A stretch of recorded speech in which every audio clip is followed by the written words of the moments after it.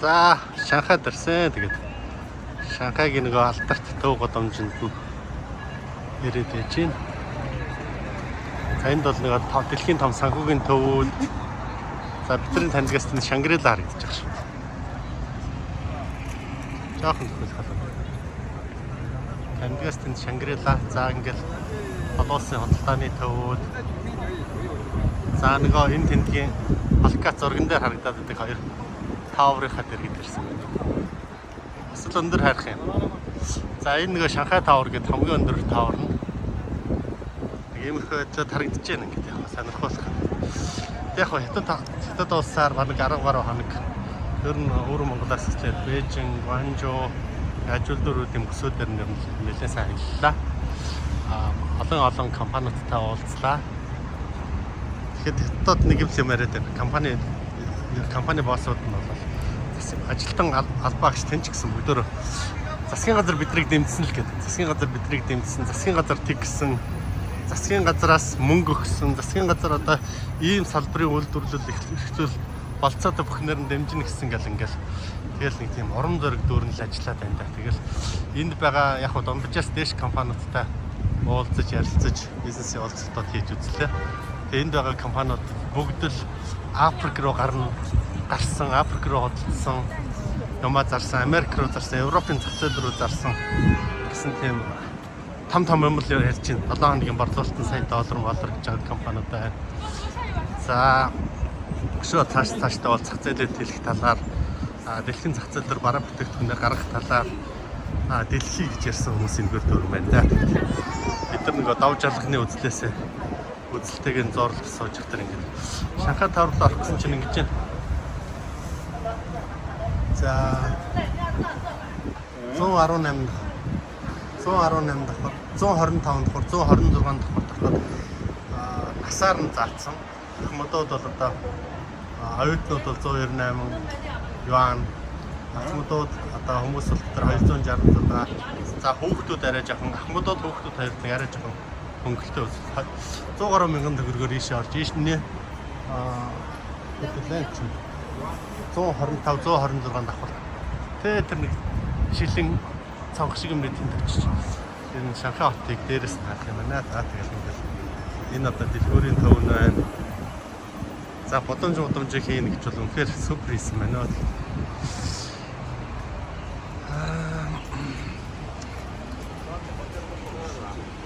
Бас л нэг утаснаас хараатай юм.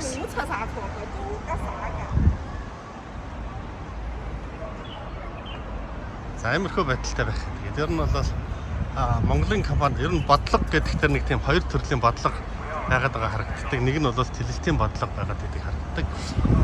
Хятадууд бол нэг тийм жижигхэн гэж ихэлт нэг жижигхэн тойрогдтаад жижигхэн орон зай үүсгээд тэр орон зай дээр амьд сурахтаар орон зайг нь аажмаар тэлээд тэр технологи гаргасан үйлдвэрлэл одоо гадаадын зах зээл нээсэн тэр компаниудтай бүр мөнгө хайрлахгүй, хүн хүч хайрлахгүй, технологи хайрлахгүй дэмжиж дэлхийн зах зээл рүү гаргаж хөөж гаргаж мөнгөний хүчээр, технологийн хүчээр, хүний хүчээр, эрдэмтэн мэргэд судлаачдын хүчээр хөөж гаргаж байгаа байдлууд анзаарэгдэж байна. Тэгээд эдгээр ч баянч болсон байна, хүчтэй ч болсон байдал анзаарэгдэж байна. Ингээд тэрэлтийн бодлого аажмаар яваад байна. За яг өвөр Монголд бол нөгөө бас нэг хомилтын бодлого бас явагдаж байгаа бол таагдаж байна. Монгол өмдөс төвүүдийн бичиг соёлыг бол нэлээд тийм зогсоож байгаа, хааж байгаа тийм юмнууд байна. Тэрүүнтэйгээ зэрэгцээд эдийн засгийн эрхчлөөг нь олгочих төр нэг хэсэг нь бол эдийн засгийн эрхчлөө нэмэгдээд тэрэндээ сэтгэл ханамжтай. Ер нь бол одоо хятад гүрэнтэйгээ тасан зохицож амьдрах шийдэл төрсэн. Нөгөө хэсэг нь бол яг хөө мань мэт шиг нэг тийм тэнэгүүд хаа газар байна шүү дээ. Тэд нар бол тэмцэх байч байдаг юм уу? Ер нь зүгээр энэ бодлогод жоохон сэтгэл дундуур байгаа хэлээд монгол хэл бичиг соёлоо хэрхэн яаж авч үлдэхгүй гэдэг талаар ярьж байгаа хуурж байгаа юмнууд нэлээ байх шиг харагдаж байна. Тэгээд бас жоохон санаан зовлгүй байх хэрэгтэй. Үндсэн нь одоо энэ том далаад хүний далаад живж уусах тийм аюул нүрэлцээд байгаа учраас бас санаа зовхоос өөр аргагүй зүйл байна. За нөгөө тал нь хомилтын бодлого гэж базах гэдэг юм уу да монголоор хомилтын бодлого. Монголын бүх компаниудыг бол бид нар засгийн газар нь тэгж дэмжлээ, ингэж дэмжлээ гэсэн компани засгийн газар компаниуд засгийн газар биднийг тэг дэмжсэн гэж баяр бахалстайгаар хэлж байгаа хүн цөөхөн. бид нар мэднэ.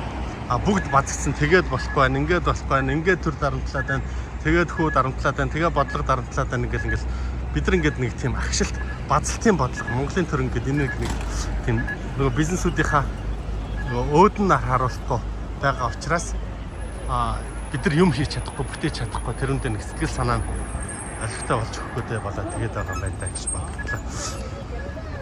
Тэгээд тэгэхээр чи яах ч аргагүй нэг тодорхой базалт болоод тодорхой төвшөнд хүрээд цаашаа дахиад агших боломжгүй болоод тэгэхээр тесэрдэг. Тэгээд тэр тесрэлтийг хүлээгээд байгаа юм уу эсвэл юуг нь хүлээгээд идэг нэг темирхүүл байдалтай байна. Одоо яг хаа ерөнхийлөгч юм уу ерөнхий сайд шин сэргэлтийн бодлого хүнсний хувьсгал гэж яриад байгаа нь илүү таашаалтай сайн зүйл боловч нөгөө талдаа бол энэ нэгдүгээр нэг тийм урай лоозон PR маягаар болгоод нөгөө бодит амьдрал дээр нийцэхгүй бодит одоо хүнийхээ бизнесүүдийн нуруунд дээр очиж юу гэдэг нь бодит амьдралд нь очиж наалдахгүй байгаад л бас өчр байгаад байна шүү дээ. Нэг бодит үр дүн гарахтаа бас жоохон харах юм байна даа л гэж байна.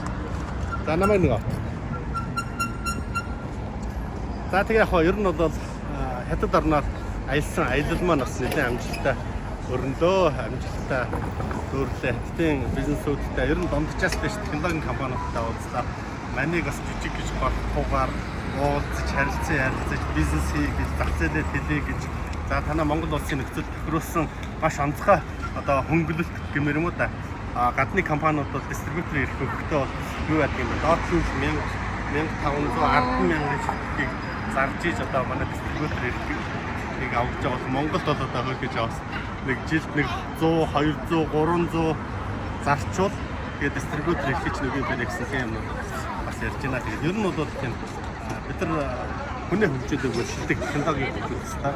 Технологиг хэрэгжилж технологиор дамжуулж хүний боловсруулж гэгэрүүлж байгаа байна. Анзаарч харагдаж байна. Энэ технологитой юм уу одоо юу гэдэг нь шинэ бүтээгдэхүүн, шинэ технологи, шинэ орчин бий болоод тэрийг өөрөө ирэхгүй тэрүүндээ захирагдаад хүн нь хөгждөг юм байна. Түүнээс нөгөө манайхан гэгэрээд өгөөч, сэрээд өгөөч, юу гэдгийг те судлаад өгөөч, уншаад өгөөч гэдэг хүн чинь болохоор уншдаг юм л яг орчны өөрчлөлт орчноор нь дамжуулаад шахчих тэр хүн өөрөө ирэхгүй нэг орчиндөө дасан төгсөхийн тулд тэр технологидоо дасан төгсөж технологиос уралдаж өөрийгөө хөгжүүлж өөрийгөө өөрчлөх гэх юм байна гэсэн тийм их хөгжүүлдэг. Тийм учраас бид яаж яаж байгаа юм талчил бацлын бодлого, хэлэлтийн бодлогыг төр зэсэг бодож чаддаг бодлого төр зэсгээ бас нэг талаар шахах, нөгөө талаар дэмнэх, нөгөө талдаа бол тэднийг бас энийг мэдээж явж үзэж хараагүй манай бизнесүүд төрийнхэн гэж байхгүй дээ бүх бодлоод бид нар туршлага судалсан байгаа. Тэгээд харчаад яагаад энийг хийх байгаа, энийг өөрчлөх байгаа, ийм орчныг Монгол улстай бий болгохын тулд тэмцэхгүй байгаад яас жоохон гайхаад байна. Тэгэхээр жоохон сэтгэл дутаад байгаа юм уу? Түүнээс үдсэн харцсан юм дотно гэж бодохгүй байна. Мөнгөс нэг тийм айхтар дутаад байгаа юм аа.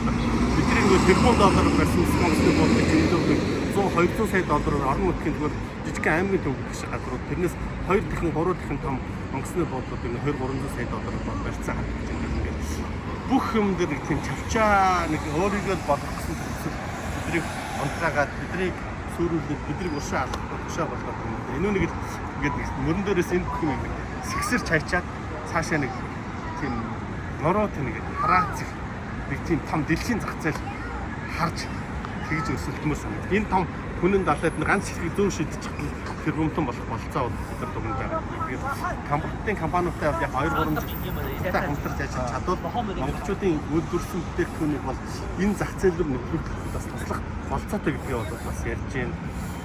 Тэгэхдээ бид нар энэ хүмүүст хэрэглэх хэмжээ энэ хүмүүсийн шаардлагад хүртэл одоо тийм шаардлага хэрэглээнд нийцсэн тийм бүтээгдэхүүнүүдийг сурах нь одоо заашгүй шаардлага. Бид нар магадгүй хүнс одоо байгалийн гаралтай хүнс эмийн ургамалч гэдэг юм өшөө юу байдгийг эсвэл нөгөө IT технологи химэл оюун ухаан гэдэг гэх мэт тодорхой 2-3 салбарыг онилоод энэ дээр маш хүчтэй дэмжлэг үзүүлээд бүр ингээд хүчээр одоо араас нь амбаардж байгаа гэдэг шиг задж байгаа асгаж ирэх тийм л шаардлага. Түүнээс аяндаа ингээд нэг тийм томчуудтай энэ долларын томчуудтай хөр өрсөлдөөд ажиллаад эдрээс ялан дийлээд энэ төвшөнд гарч ирнэ. Бидний нэг орцогчны мохорцуулж байгаа жижигхэн компаниуд бас хүндэл шаардж байгаа. Манай харин том компаниуд өөрсдөө манлайлж энэ нэг чиргүүл болж хэрэгтэй юм байна гэсэн бодол төрсөн. Тэгэхгүй бол нөгөө манай компаниуд арай жоохон төрөл төлөөр боссон ч юм уу уулуурхаад орсон том компаниуд нь буцаад нөгөө жижиг үйлдвэрлэгчдийнхаа цайны газар, кофе шоп ч гэх юм уу одоо юу гэдэг нэг бүргэр мөргөрч гэх юм уу тиймэрхүү юмны салбарт давхцаж ороод тэгээ нөгөө жижигүүдийн хандах орчин байна. Бас жоохон онцгой. Бидэрт бол ерөнхийдөө тийм системд алсан хараатай далайцтай бодлого батж байна. Хэдүүлээ бодлого л байвал хүн бол болох юм байна. Технологи бол дэлхийд дүүрэн байна гэдэг нь технологи дэлхийгээ боловсролын хацтаар дүүрэн шинэ технологи нэвтрүүлж идэх технологийн төлөө шинжилгээний төлөө улстай нойр холбоо уралдаж байна. Компани гол зохион бүтээгчид инженер техникийн ажилтнуудын бараг 70-80% нь компани дээр өглөөний 6 цагаас шөнө 11 цаг хүртэл ажиллаад компани нь ажил дээр нь гэрийн шийдэд өгдөг. Гэртээ гэр ажил хоёр нь цуг хаашааж явах цаг зав алдахгүйгээр ингээд ажиллаж байгаа байлаа. За нэг тавчхандаа нэг иймэрхүү шанхаагаас ярьсан тэмдэглэл маань бол энэ хүрээд өндөрлөө баярлалаа.